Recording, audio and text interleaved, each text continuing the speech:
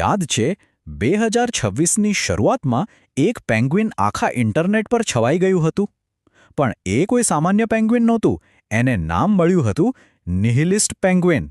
ચાલો આજે આપણે વાયરલ સેન્સેશન પાછળની આખી કહાણી સમજીએ, જેણે લાખો લોકોને વિચારવા પર મજબૂર કરી દીધા.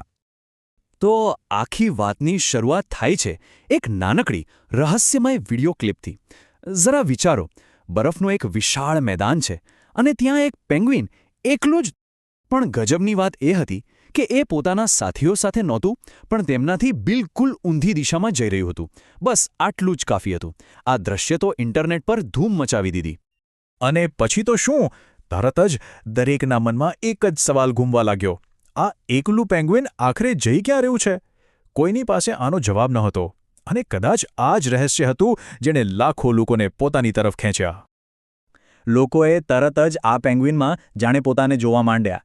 એક સૌથી વાયરલ થયેલી કેપ્શન હતી, જ્યારે તમે બધાથી દૂર ફક્ત માનસિક શાંતિ ઈચ્છતા હો. જાણે કે આ પેંગ્વિન આપણે રોજિંદી ભાગદોડમાંથી મુક્તિનું એક જીવંત પ્રતીક બની ગયું હોય. બીજી એક કેપ્શન જે ખૂબ જ ચાલી એ હતી, મારા જીવનને હવે એક નવા રસ્તાની જરૂર છે. એટલે કે જે લોકો ભીડનો ભાગ બનવાને બદલે પોતાની અલગ ઓળખ બનાવવા માંગતા હતા, એમને તો આ પેંગ્વિનમાં પોતાનો હીરો દેખાયો. પણ વાત અહીં પૂરી નથી થતી. આ ખાલી એક વાયરલ ક્લિપ નહોતી રહી. ઇન્ટરનેટે તો આ પેંગ્વિનને એકદમ નવી જોડક આપી દીધી હતી. ચાલો જોઈએ કે આ બધું કેવી રીતે થયું. અને અહીંથી જ જન્મ થયો નિહિલિસ્ટ પેંગ્વિનનો. નિહિલિઝમ એટલે શું? સાદી ભાષામાં કહીએ તો એક એવી માન્યતા કે જીવનનો કોઈ ખાસ અર્થ કે હેતુ નથી. આ મીમ એવા લોકો માટે એકદમ પરફેક્ટ સિમ્બોલ બન્યું, જેઓ બર્નઆઉટ એટલે કે કામના થાકથી કંટાળી ગયા હતા અને સમાજના બનાવેલા નિયમો તોડીને પોતાનો રસ્તો બનાવવા માંગતા હતા. એટલે થયું એવું કે લોકોએ આ પેંગ્વિનની એકલતામાં પોતાની જ લાગણીઓનું પ્રતિબિંબ જોયું. કામનો થાક હોય, એકલતાની જરૂરિયાત હોય, જીવનનો અર્થ શું છે એવો ઊંડો સવાલ હોય, કે પછી બસ આ ભીડથી અલગ ચાલવાની ઈચ્છા હોય, આ બધું જ લોકોને એકલા ચાલતા પેંગ્વિનમાં દેખાઈ રહ્યું હતું. પણ જે ઇન્ટરનેટ પર દેખાઈ રહ્યું હતું, શું એ જ સાચું હતું? આ વાયરલ વિડિયો પાછળની અસલી હકીકત શું હતી? ચાલો હવે જરા પડદા પાછળની સાચી વાર્તા જાણીએ. આ સમયરેખા ખરેખર ખૂબ જ રસપ્રદ છે. જુઓ, આ ક્લિપ કોઈ નવી નહોતી. એ તો 2007ની એક documentary encounters at the end of the world માંથી લેવામાં આવી હતી. પણ લગભગ 20 વર્ષ પછી, 20 વર્ષ પછી 2026માં કોઈકે એના પર થોડું ડ્રેમેટિક મ્યુઝિક અને કેપ્શન્સ લગાવીને સોશિયલ મીડિયા પર મૂકી દીધી અને બૂમ, જોતજોતામાં વાયરલ. મૂળ ડોક્યુમેન્ટરીમાં શું છે? તો બસ આપણે એક એડેલી પેંગ્વિનને જોઈએ છીએ જે પોતાના સાથીઓને સમુદ્રને એટલે કે પોતાના ઘરને છોડીને ક્યાંક જઈ રહ્યું છે. આ છે વાર્તાની સાચી શરૂઆત. અને જે વાત આને વધારે વિચિત્ર બનાવે છે તે એ છે કે તે દૂર દેખાતા પર્વતો તરફ જઈ રહ્યું હતું. મતલબ કે જ્યાં એને ખાવાનું મળે, જ્યાં એનું કુદરતી ઘર છે, એનાથી બિલકુલ ઊંધી દિશામાં. આવું વર્તન તો તેની કુદરતી વૃત્તિની સાવ વિરુદ્ધ હતું. તો પછી આની પાછળનું વૈજ્ઞાનિક કારણ શું હોઈ શકે?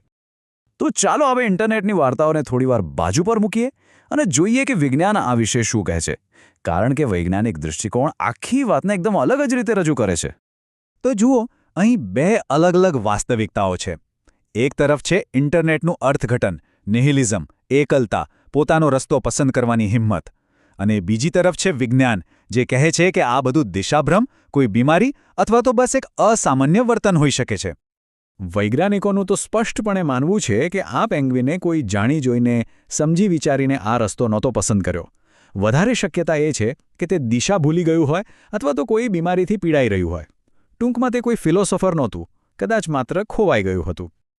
તો પછી સવાલ એ થાય કે જો પેંગ્વિન ખરેખર નિહિલિસ્ટ નહોતું, તો પછી આ વાર્તા સાથે આટલા બધા લોકો જોડાયા કેમ? ચાલો હવે પેંગ્વિનના ઈરાદા પરથી ધ્યાન હટાવીને એ સમજીએ કે આ વાર્તાએ આપણા બધા પર આટલી ઊંડી અસર કેમ કરી. અને આ મીમની અસર જુઓ. સામાન્ય સોશિયલ મીડિયા યુઝર્સથી લઈને મોટી મોટી બ્રાન્ડ સુધી દરેક જણ એનો ઉપયોગ કરી રહ્યું હતું. દિલ્હી પોલીસે તો જાગૃતિ ફેલાવવા માટે પણ તેનો ઉપયોગ કર્યો. અને રાજકીય ચર્ચાઓમાં પણ આ પેંગ્વિન જોવા મળ્યું. અને આ જ આખી વાતનો સાચો સાર છે. આ વાર્તા પેંગ્વિન વિશે ઓછી અને આપણા પોતાના વિશે વધારે છે. તેની એ એકલતા ભરેલી યાત્રામાં આપણે આપણી પોતાની જ ચિંતાઓ અને ભાવનાઓનું પ્રતિબિંબ જોયું. અને આ આપણને એક અંતિમ બહુ મોટા સવાલ પર લાવીને મૂકે છે. આપણે વાર્તાઓમાં પોતાની જાતને કેમ શોધીએ છીએ? કદાચ કારણ કે કથાઓ આપણને આ અસ્તવ્યસ્ત દુનિયાને સમજવામાં અને તેમાં અર્થ શોધવામાં મદદ કરે છે. પછી ભલેને એ વાર્તા એક ખોવાયેલા પેંગ્વિનની જ કેમ ન હોય.